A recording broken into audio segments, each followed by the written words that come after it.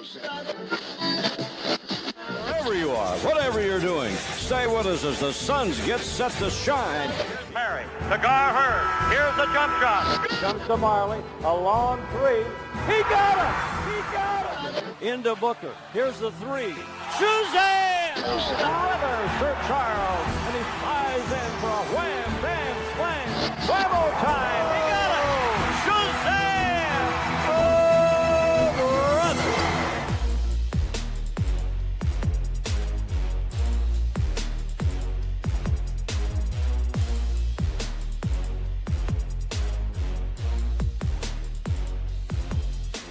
Welcome to 7 Seconds or Less. This is a Phoenix Suns podcast with an NBA focus.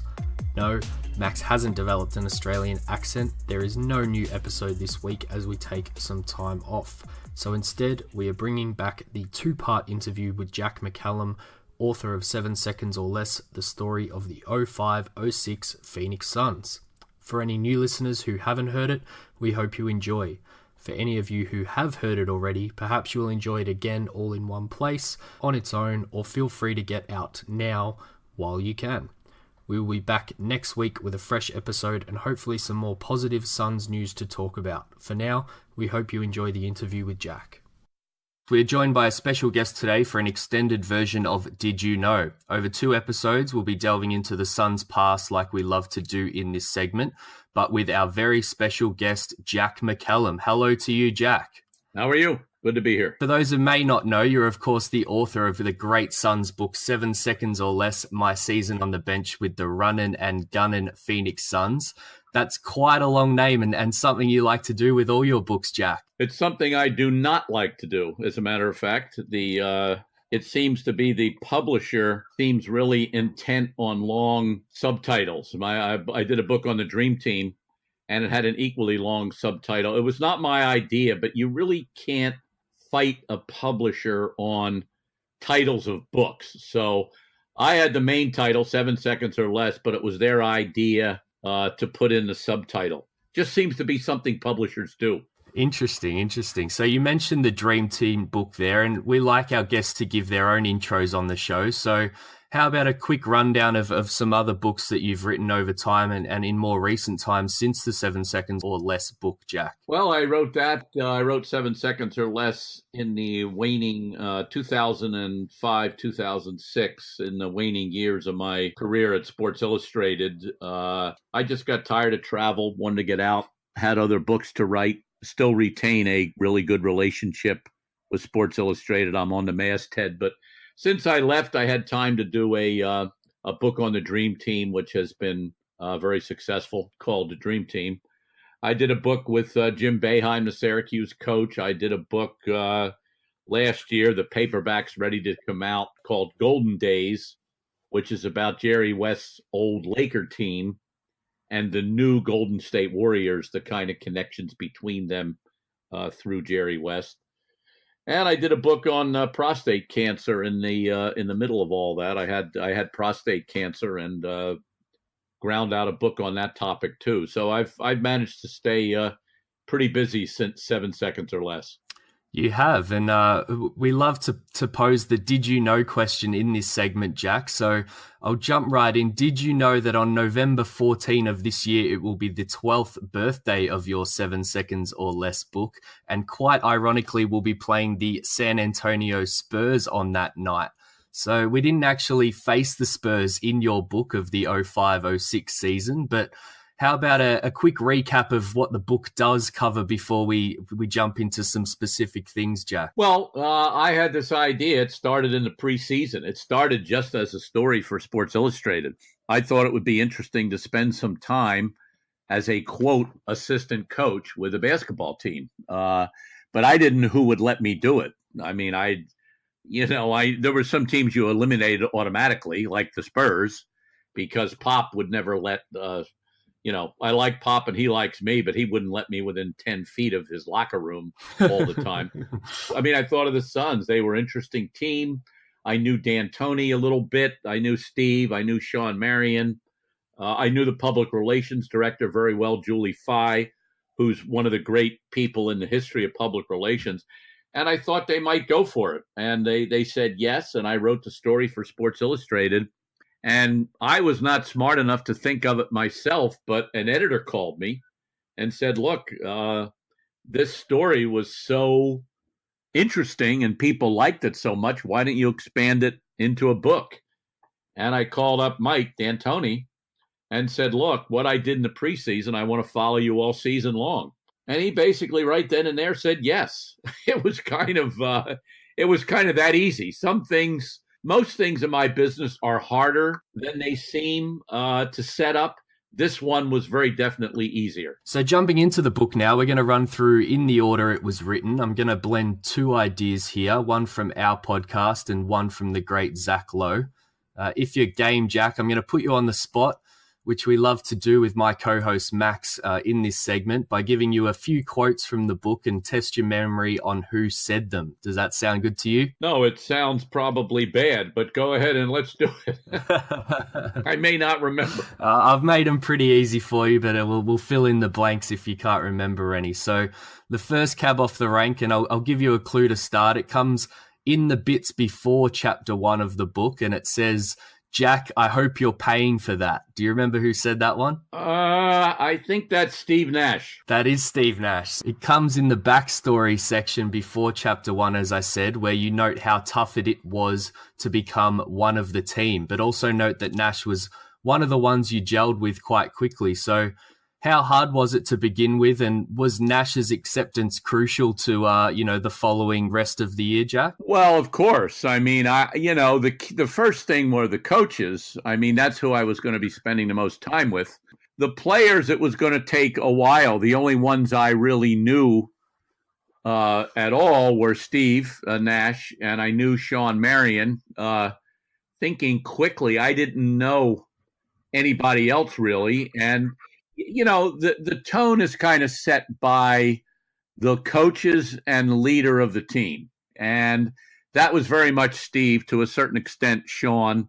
And the coaches seemed to accept me. And I gradually developed a relationship with most of the players. And, it ended up not good at the end with Sean. After the book came out, he was not entirely pleased with some of the things, but everything else, it worked out pretty smoothly. Great. So the next one on is from early on in the book as well, and comes from one of the many coaches meetings that you sat in on. You just said that, you spent most of your time with the coaches, which is explained early on in the book. And, personally, I think that's some of the best bits of the book. But this one is, as the Suns are preparing for the Lakers and talking about Kobe, it's also about Tim Thomas, who is the subject of a lot of robust coaches conversation in the book. So the quote is, "We shouldn't be afraid of that. I expect Tim Thomas to play good defense. He's an NBA player." Do you remember who that was? I would think that would probably be Mark Ivoroni. It wasn't Mark Ivoroni. It was Dan D'Antoni. It was a nice, funny exchange between Ivoroni and Dan D'Antoni, actually. And, Dan D'Antoni is a bit of a comedic figure throughout the book. But as I mentioned, there was also a lot of heated conversations. And what was it like being on a fly on the wall in some of those conversations? Did it get awkward at times, Jack? Well, Dan was in a peculiar position. I mean, he was Mike's brother, so obviously he was going to be accepted, but he was a little bit more like me. I mean, Dan was kind of an outsider, and he was his first year in the league. And yeah, he got in basically because, they knew he knew basketball and he was Mike's brother, but Dan was learning the ropes too. And I kind of spent a lot of my time with Dan because we were both in this sort of same position. And I think one of the things Dan thought was, wow, everybody plays hard. Everybody's going to be a good defensive player. And I think he found out really that wasn't exactly the case. One of the great Ivoroni quotes about Tim Thomas was he looked at him one day practicing and he went, he's got a low flame, that quote stuck with me for a long time. I've used that a lot since. He's got a low flame, And Dan had to learn things too. Yeah. Just like I did. Yeah, I think that quote could still be used for a lot of Suns since this team playing on defense and probably a few in the current team as well. But the next quote comes from one of your full-time outs in the first half of the book, which, by the way, are great little tidbits throughout the book that jump, around the whole season and give great context to situations throughout the playoffs. So this it's a short one, Jack, and it is, who's the Russian? Who's the Russian? I'm afraid you might have me on. Is it a coach or a player? It's neither. It's a Suns legend and a staff member on the team at the time. He was the arena manager. Oh, okay. Yeah, I don't remember that one. You got me on that one. It was Alvin Adams, Jack. So my question here is on Boris Diaw, who the quote was about. He's a key figure in the book due to Amari's injury and the trade to bring him in before the season. So, was he all talent at the time and no work, or are we a little hard on Boris for, thinking that maybe he took things a little too easy, particularly that season, Jack? Yeah, there was a suspicion about Boris, that he was a little bit too smiley, that he wasn't, he didn't exactly have, when he came there, nobody knew exactly what he was. There's always this hunger to know what somebody is. Well, he's a rebounding power forward. Kurt Thomas, he can hit the elbow jumper and he gets rebounds. Nash is obviously this. Marion's a versatile player. Boris, they didn't really know what he was. And in point of fact, he ended up as kind of their Swiss Army knife. He was playing center. He was playing forward. D'Antoni let him handle a little bit. So I think his versatility and his lack of key position worked against him in the beginning. But then on a D'Antoni team, it really worked out for him. And by the end of the season, the two players who had done the most by far in the coach's eyes were Nash, of course, an MVP candidate, and Boris Diaw. But there was a suspicion about Boris in the beginning. Yeah, there's another great section in the book where he battles one-on-one with Amari when, Amari's trying to come back from injury, and, everyone's quite shocked about how well he does against Amari, because of how physically gifted Amari is. And there's even that other story, outside of the book where Boris walks in bare feet holding a coffee and, breaks Amari's vertical leap record without even trying. So I think a lot of Suns fans, think that maybe if he worked even a little harder, he might have been even better in a Suns uniform. Yeah, Boris's career was really, I'm not sure that Boris would have gone on to have the career that he did had he not, gotten with Phoenix, because by the end of his time in San Antonio, although he had gained weight, he had gotten bigger. He was the same kind of player. You couldn't quite define what he was. And he was really a delight to be around. I mean, Boris was really a little bit of an outsider, it seemed, but he didn't really seem to care about it. I mean, he didn't seem to care that, he had a different diet. He had different tastes than the other players. But I think it came, as the season went on, his value became more and more clear, obviously to the coaches, but also to the players. Yeah, this Suns team's often talked about it being a bit ahead of its time with the Warriors, and Boris was maybe even a bit ahead of his time. I can't help but think that he'd be pretty perfect in today's NBA where, positions aren't as crucial and he's not seen as much of a tweener position with, no defined role on the court. That's correct. I mean, Boris couldn't guard every position, obviously, but he could certainly play every position. And as I said, he was all the players. I mean, I was just lucky. I hit these type of players who were just in their own way. They were different personalities, and Raja Bell could certainly be a little bit volatile, let's say, but I got along with them all, and they were all really good guys, and I just remember them all really fondly. So I'm saving the best till last for part one here, Jack, and maybe the easiest for you too. It comes after a Game 6 win over the Lakers in round one. Raja Bell was suspended, and the Suns win the game to tie it 3-3 before eventually going on to win. And the quote here is, make sure you mention Sean. We couldn't have done it without him. Who said that one, Jack? Well, that would be somebody that was always, the coaches were always, before I tell you, I'm going to just guess on the answer, but the coaches were always trying to pump up Sean a little bit because Sean always felt he was overshadowed by certainly Steve, but he was also sensitive about being overshadowed by Amari. And all the coaches, were kind of united in that regard, of trying to, hey, make sure you, mention Sean. Don't let Sean get down. Don't let Sean feel his contributions weren't noticed. So it could have been anybody, but I'm guessing it was, I would guess Ivoroni for that one. It was the head honcho this time. It was Mike D'Antoni to Jerry Brown after that game. And you've mentioned it a few times already in this section one. And Marion's, feelings about the team and his value on the team is kind of an undertone throughout the book, particularly for me. So, he even makes a comment that night about losses being on him and wins being on everyone else. And, did you think his feelings were justified, or, you've said that it was something that everyone was always worried about, but was he, a little touchy about that, or did he really not get the credit he was deserved? I think it probably went, I think he had a case once in a while, because, I would say he was 30% correct and he was 70% wrong. I mean, the idea that Sean was overlooked, I just don't think is correct. I think people, understood his value. They understood that he had to guard power forwards and small forwards.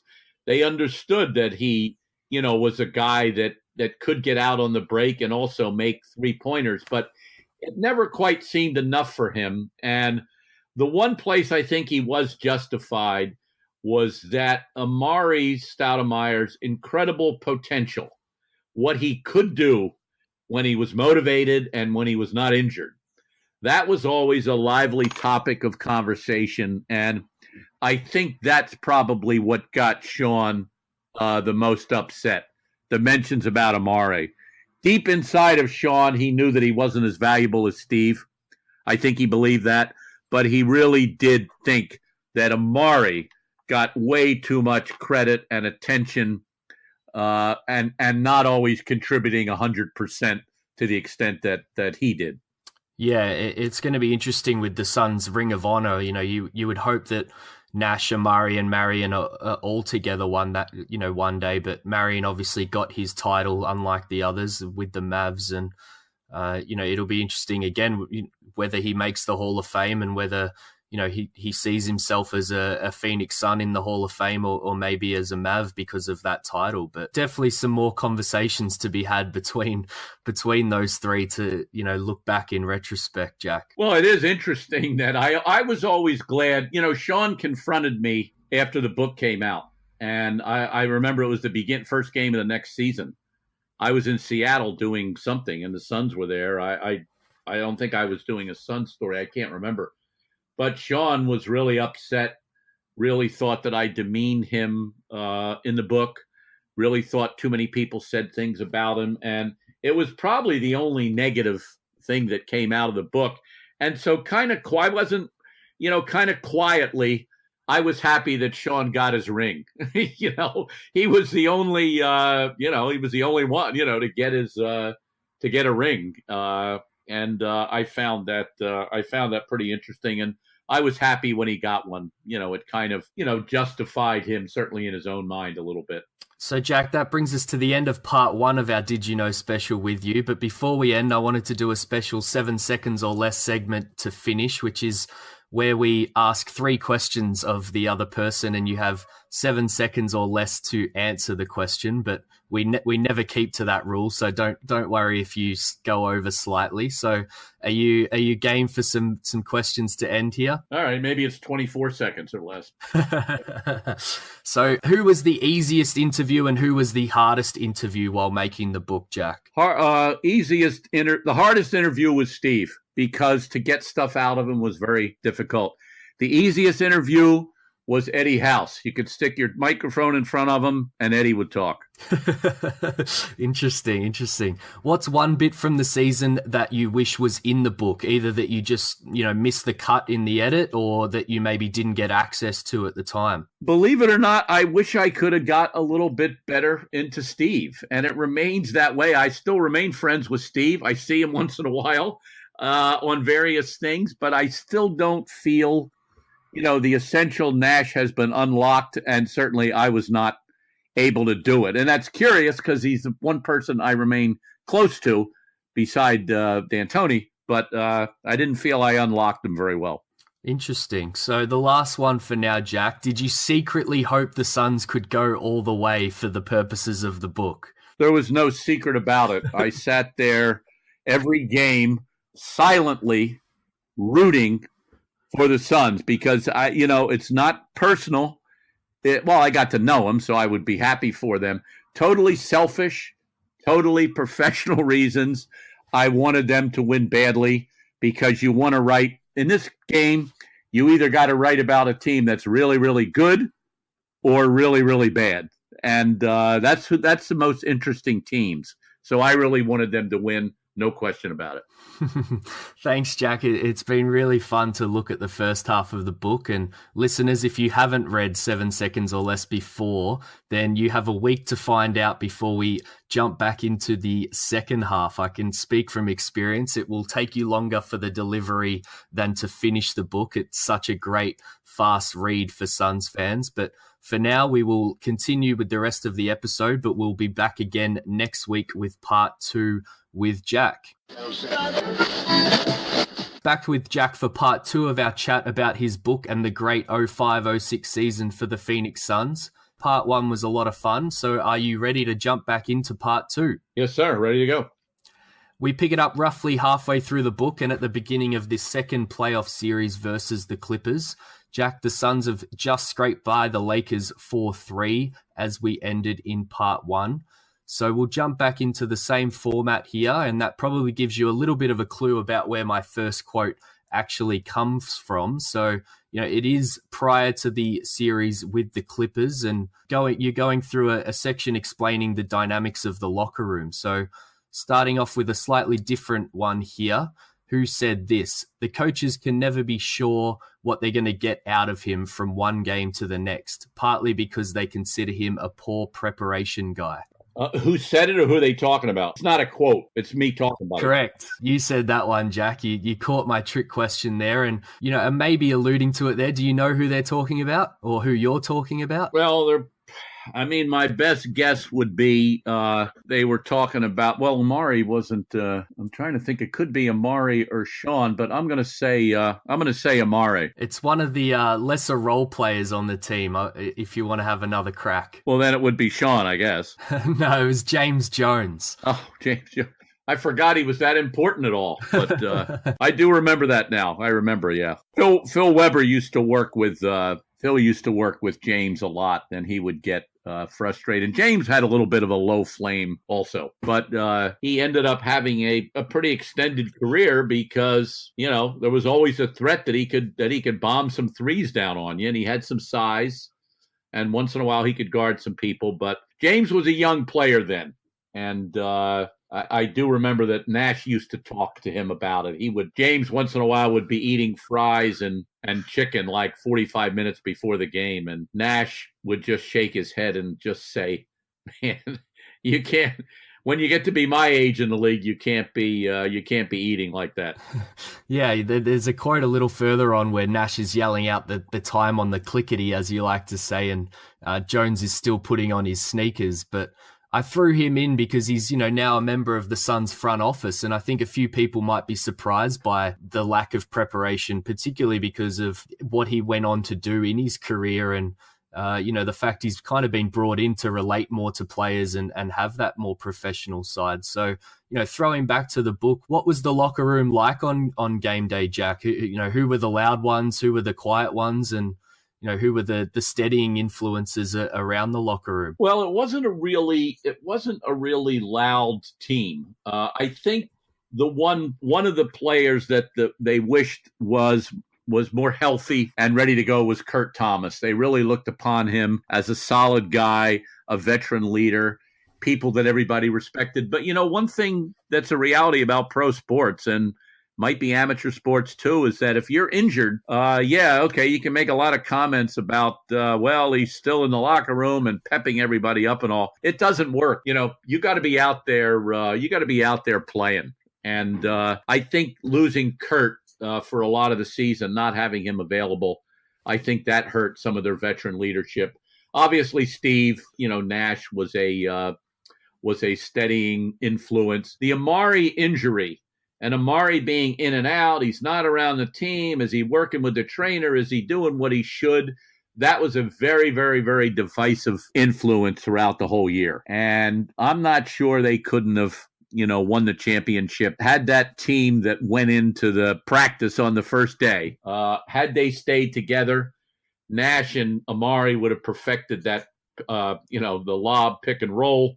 And man, they would have been good. But that was a very, very dividing element. Amari being kind of in again, out again. Yeah, you make a great point there with veterans kind of needing to play. I think that's something that the Suns have lacked the last few years. They've brought in veteran guys, but they've been sitting on the bench or injured, as you said. And they've brought in Ariza and Anderson to play that role this year. And hopefully they'll be in the starting five and can lead the way a little bit more. But the next one comes in a timeout section after the Suns win a game against the Clippers, and the series is tied 3-3. And this one's kind of timely for the upcoming season. So who said this? You should keep your eye on this guy. Really sharp, really popular over in Italy as a player and then a coach. You should keep your eye on this guy. Really popular. You mean somebody said that about D'Antoni, obviously? Yes.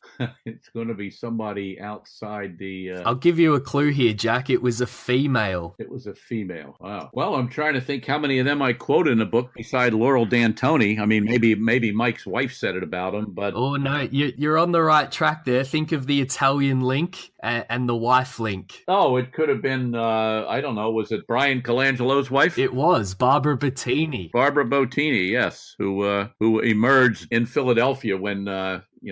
Barbara became a little bit of a character in the Brian Colangelo drama in Philadelphia. Yeah, that quote I threw in there because it really jumped out at me. She seemed to be the one that first told Brian about Mike D'Antoni. So, really into her basketball, and that was maybe the eventual downfall of Brian in Philadelphia. She was a very smart girl. She came over the first time the first time I saw her, and in fact, first time I met D'Antoni, as a matter of fact, he was a player in the McDonald's Open, the first one that was in Milwaukee. And Barbara was kind of a public relations person with the Italy team. And Mike came over and played, was kind of the aging point guard. And he always reminded me that he had a triple-double in the game they played against the Bucks. But it was like 10, 11, and 10 or something. It was.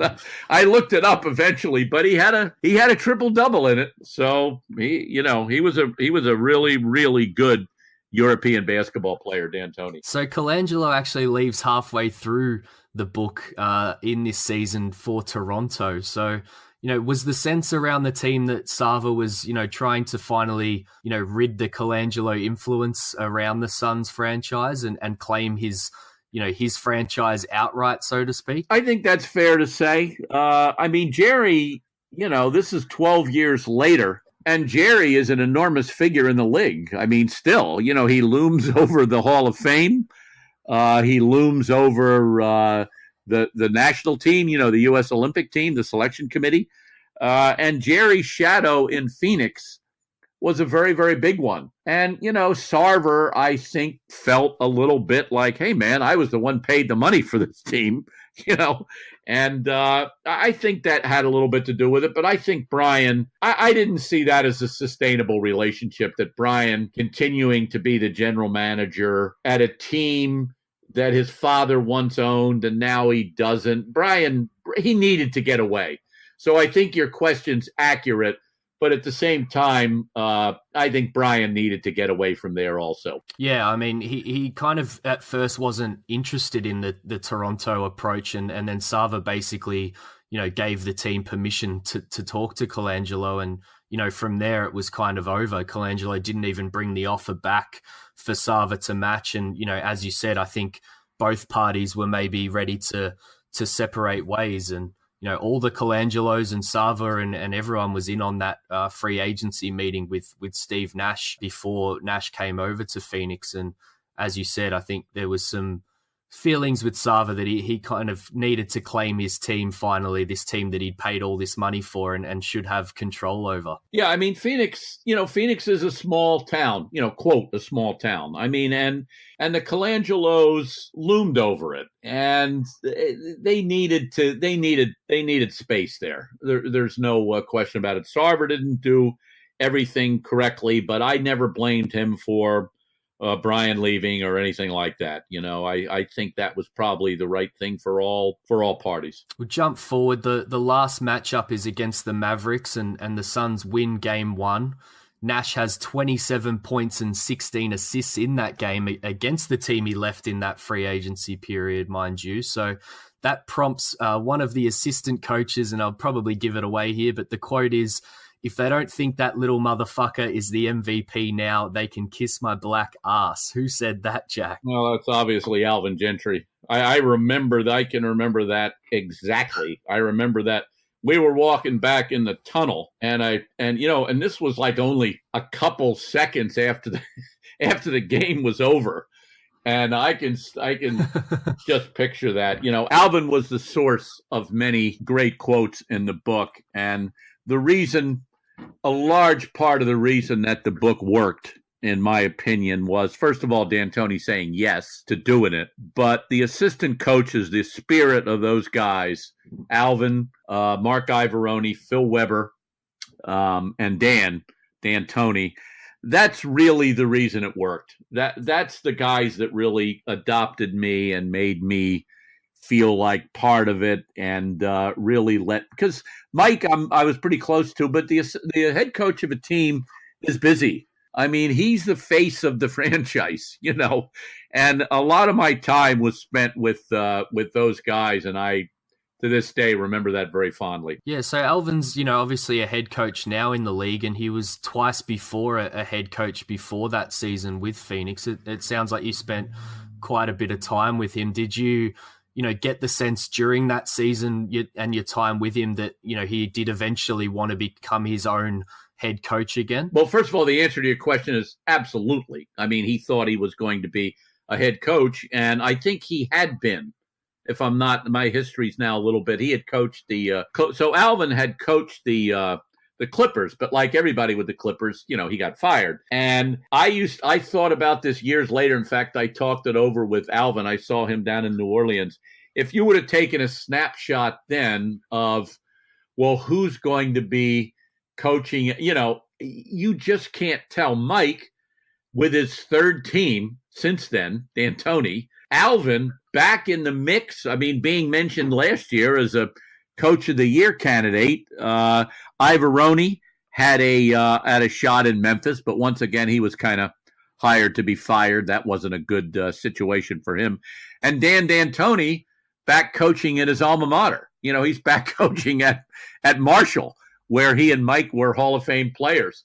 So you think you can predict things, but I'm telling you, man, you don't know where anybody's going to end up. You really don't. Steve Nash, a Laker? If I would have thought of that at the end of the year, I mean, there is no way to predict the way things are going to be 10 years later. And I found that out by doing this book. And Dan's a great example of that. The character that he plays in this book and his coaching philosophy, as you said it back in part 1 here, he was very much a believer in, once you're in the NBA, you're probably a good defender, and had a very black and white a view of the NBA. And now some of his more recent quotes, he's gone a full 360 and is, a very analytical college coach and very much against the grain in that system. Yeah, the two brothers, Mike is very, very much where he should be. He should be heading an NBA team. As I mentioned before, face of a franchise. Mike is very much that type of guy. And Dan is very much where he should be also. I'm not sure, Dan, maybe it was all the years. He was a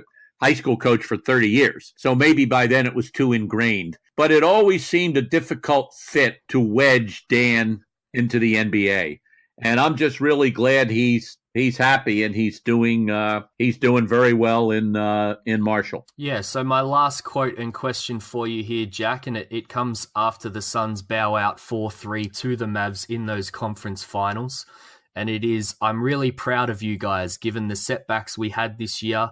You guys brought it every night and you won your division 54 games. We're going to be even better next year. Who said that, Jack? Well, the logical thing would be Mike, but somehow I don't think. I'm going to guess that maybe I'm taking a guess here. I'm going to guess maybe that Sarver said that to him. Yep, you've ended on a high note there, Jack. That is correct. The Suns were better next year, winning 61 games, but have basically never gone further than that 05-06 season. So without the benefit of hindsight, what was your general feeling, maybe hearing that quote around the team directly after the loss? Did you think that they were going to be better with Amari and things like that? Or as you said, not being able to predict the future in the NBA, did you think that maybe that was, their one wasted opportunity? Well, when I got to the end of that season, you have to remember where the beginning was. I mean, the beginning of it was, who the hell knew what was going to be? Because, the assumption was they had lost Quentin Richardson, they had lost Joe Johnson, that maybe they weren't going to, they had gotten off to that unbelievable start,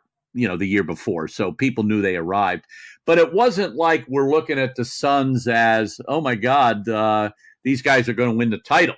And there were doubts about the way they played. So when you got to the end of the year, you would look back and say, well, they were probably as good as we expected. However, they should have beaten Dallas. They had them by 8 points in Dallas, to go up 3-2 in Game 5. I still remember that because Mark Stein was sitting next to me and goes, "You're going to be winning a championship," because the Suns would have beaten Miami. Shaq couldn't get off he couldn't play against them. They just would have taken him out of the game. And they would just had to shut down Dwayne Wade. That's all ridiculous retrospect. But the best team the Suns had was obviously the next 2 years. Amari was healthy. Steve and Amari were really, really, really rolling.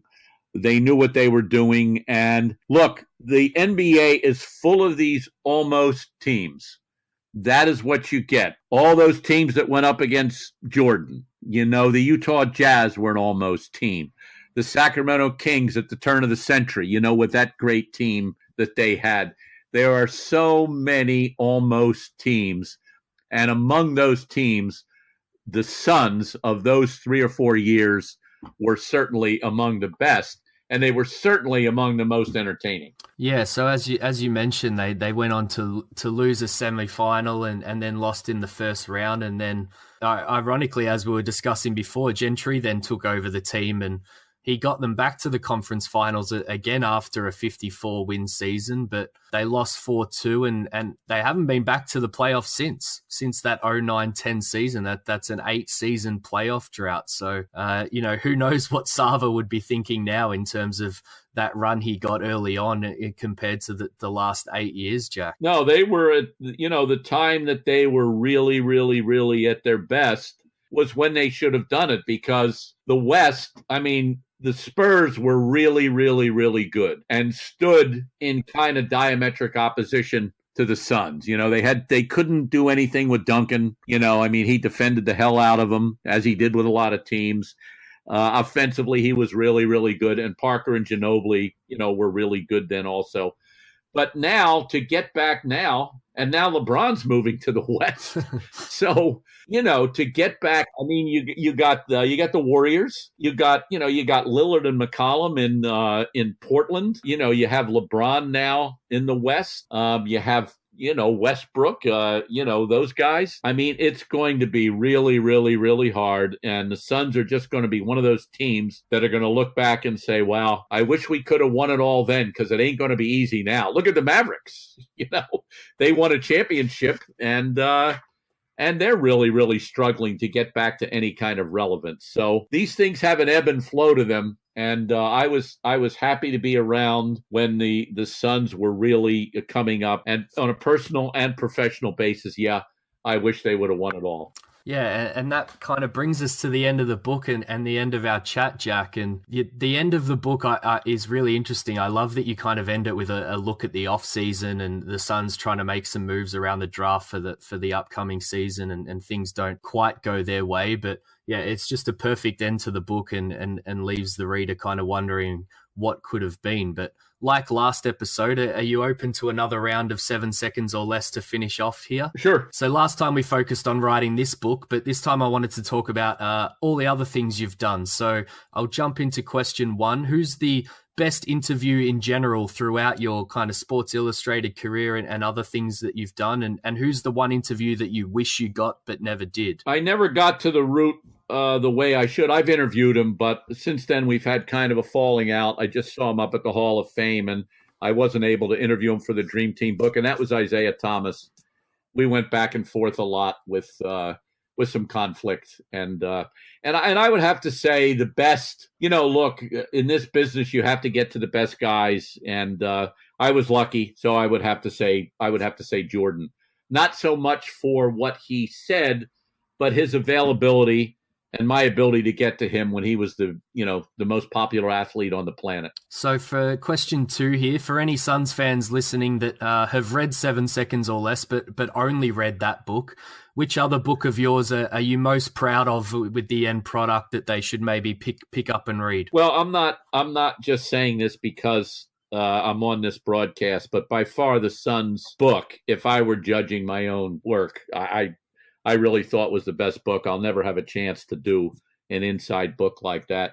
Having said that, my latest book called Golden Days is out in paperback, and I think it was really an interesting look at Jerry West, first of all, and then a way to kind of connect the two eras of the NBA. And I thought I was pretty successful in doing that. And I would say the other book would, if any male out there has prostate cancer, I wrote a book called The Prostate Monologues, which I'm pretty proud of. Yeah, I plan on picking that one up for sure, Jack, after reading through your recent projects. I lost my father to cancer, so I'm definitely going to have a look into that one. But finally, to end it off here, is there another project in the works? Is there anything that you can tease us coming up in the future? What are you up to these days? Well, they're doing a movie company bought the rights to Dream Team, so they are making. There already has been one documentary about Dream Team, but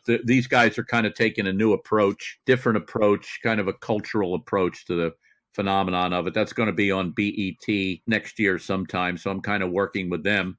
And beside that, I'm just looking around for maybe a smaller book to write. A book about, a story that I'm trying to find a story that nobody knows about in basketball. And I have a couple ideas, but nothing really in fruition yet. Well, great. That's it for it, Jack. I wanted to thank you a whole heap one more time for giving us your time. This has been a heap of fun for this Suns fan. And, I hope listeners have enjoyed it too. And, maybe we'll find a few more new readers of 7 seconds or less that haven't picked it up before, or, maybe a few more that'll go back and read it again after this little chat. So listeners, you can follow Jack on Twitter. That's how I ended up getting in touch with him, and keep up with him there for all these, possible new projects coming in the future. But thanks very much, Jack, for coming on. Okay. Thanks for having me. It was a lot of fun.